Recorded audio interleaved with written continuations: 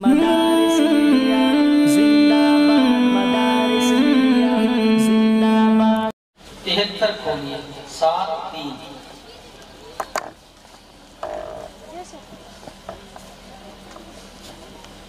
وفعال بمعنى الامر من الثلاثي. بسم الله الرحمن الرحيم. وفعال بمعنى الامر من الثلاثي قياس كنزال بمعنى انزل.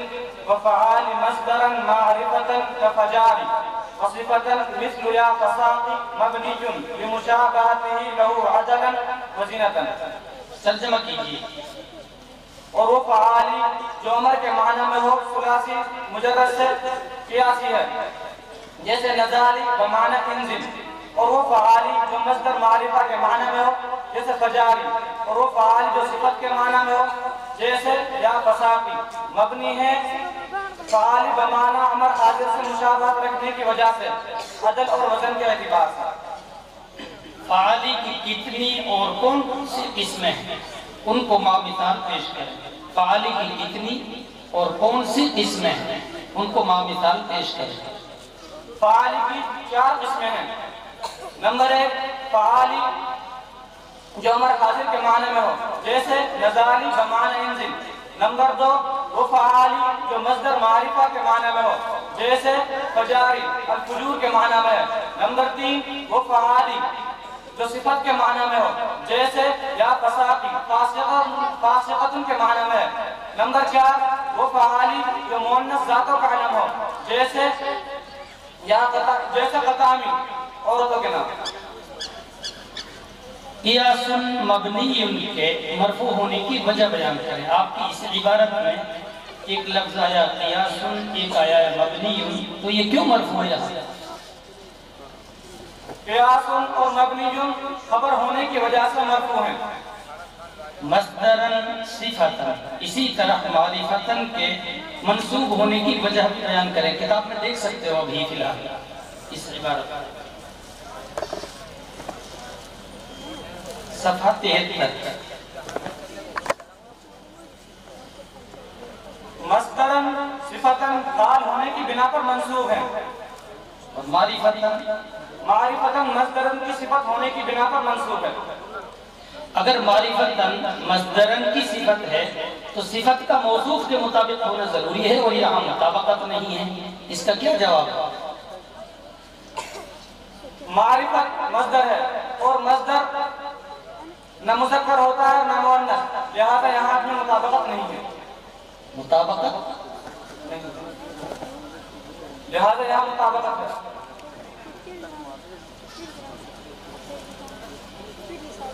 السؤال الثانی،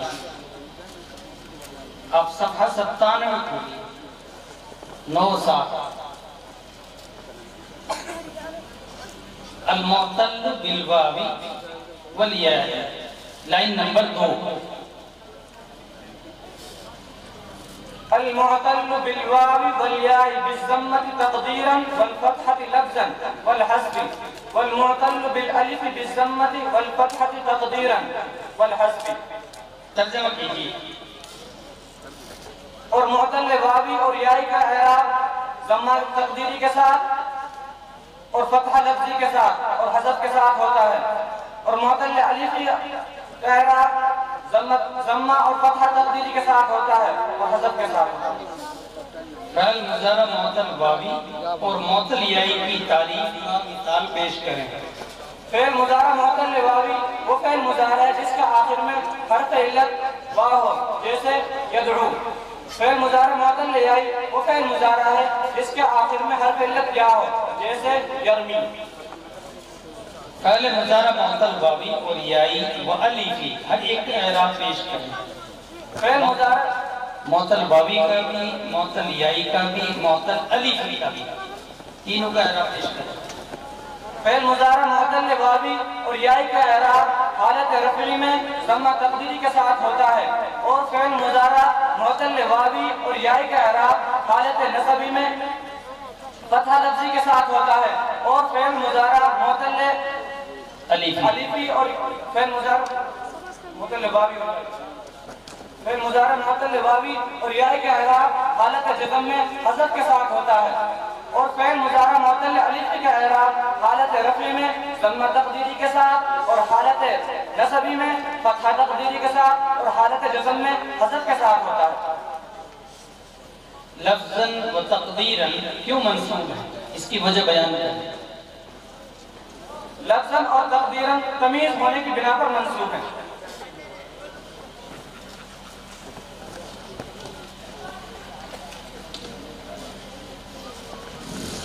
ترجمہ قرآن کریم، آپ سورہ رعد سورہ رعد آیت نمبر 4 وَفِي الْأَرْضِ قِطَعٌ مُتَجَاوِرَاتٌ،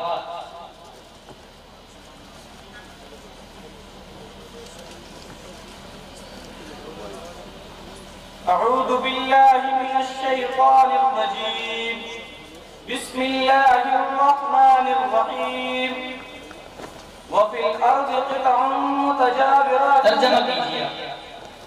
اور زمین میں مختلف ٹکڑے ہیں جو ملے ہوئے ہیں، اور انگور کے باغات ہیں اور کھجور کے درخت ہیں، انگور کے باغات ہیں اور کھیتیاں ہیں اور کھجور کے درخت ہیں، کچھ دوہرے تنے والے ہیں اور کچھ اکہرے تنے والے ہیں، جنہیں ایک ہی پانی سے سیراب کیا جاتا ہے، اور ہم ان میں سے بعض کو بعض پر فضیلت دے دیتے ہیں ذائقے میں۔ یقیناً ان تمام باتوں میں نشانیاں ہیں ایسی قوم کے لیے جو عقل سے کام لے۔ قطع متجاورات صنوان، ان تینوں لفظوں کی لغوی و صرفی تحقیق کریں۔ قطعون جمع ہے قطعتن کی بمعنی ٹکڑا، متجاوراتن جمع مؤنث سالم کا صیغہ ہے باب تفاعل سے، اس کا واحد متجاور آتا ہے اور مصدر تجاور آتا ہے بمعنی ملے ہوئے ہونا، اور سنوان ایسے درختوں کو کہتے ہیں جن کی جڑیں ملی ہوئی ہوں، اور اس کا واحد سنون آتا ہے۔ قطع متجاورات کے مرفوع ہونے کی وجہ بیان ہے، یہ کیوں مرفوع ہے؟ قطع متجاورات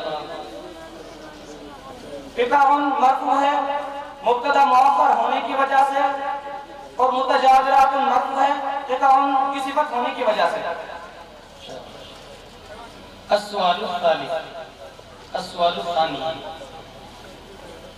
آپ سب سورہ قصص آیت نمبر 56-57، سورہ قصص، إنك لا تهدي من أحببت ولكن الله يهدي من يشاء، إنك لا تهدي، بسم اللہ الرحمن الرحیم، انک لا تہدی من احببت ولکن اللہ یہدی من یشاء۔ ترجمہ کیجئے۔ یقیناً آپ جسے چاہتے ہیں ہدایت نہیں دے سکتے، لیکن اللہ ہدایت دیتے ہیں جسے چاہتے ہیں، اور وہی زیادہ جانتے ہیں ہدایت قبول کرنے والوں کو۔ اور کہا ان لوگوں نے اگر ہم نے اتباع کی ہدایت کی آپ کے ساتھ تو ہم کو اچک لیا جائے گا ہماری زمین سے، کیا ہم نے انہیں ٹھکانہ نہیں دیا ایسے پرامن میں جس کی طرف ہر قسم کے پھل چلے آتے ہیں، جو خاص ہماری طرف سے رزق ہے، لیکن اکثر لوگ جانتے نہیں ہیں۔ پہلی آیت کا شان نزول پیش کریں۔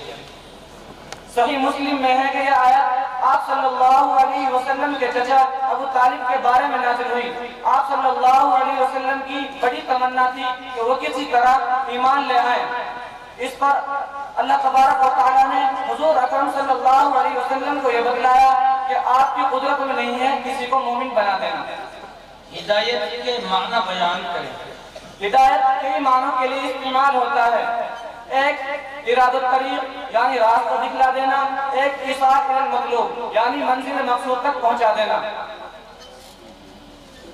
یہاں ہدایت کے کون سے معنی مراد ہیں؟ یہاں ہدایت کے ایصال الی المطلوب کے معنی مراد ہیں، یعنی ہاتھ پکڑ کر منزل مقصود تک پہنچا دینا۔ ٹھیک ہے۔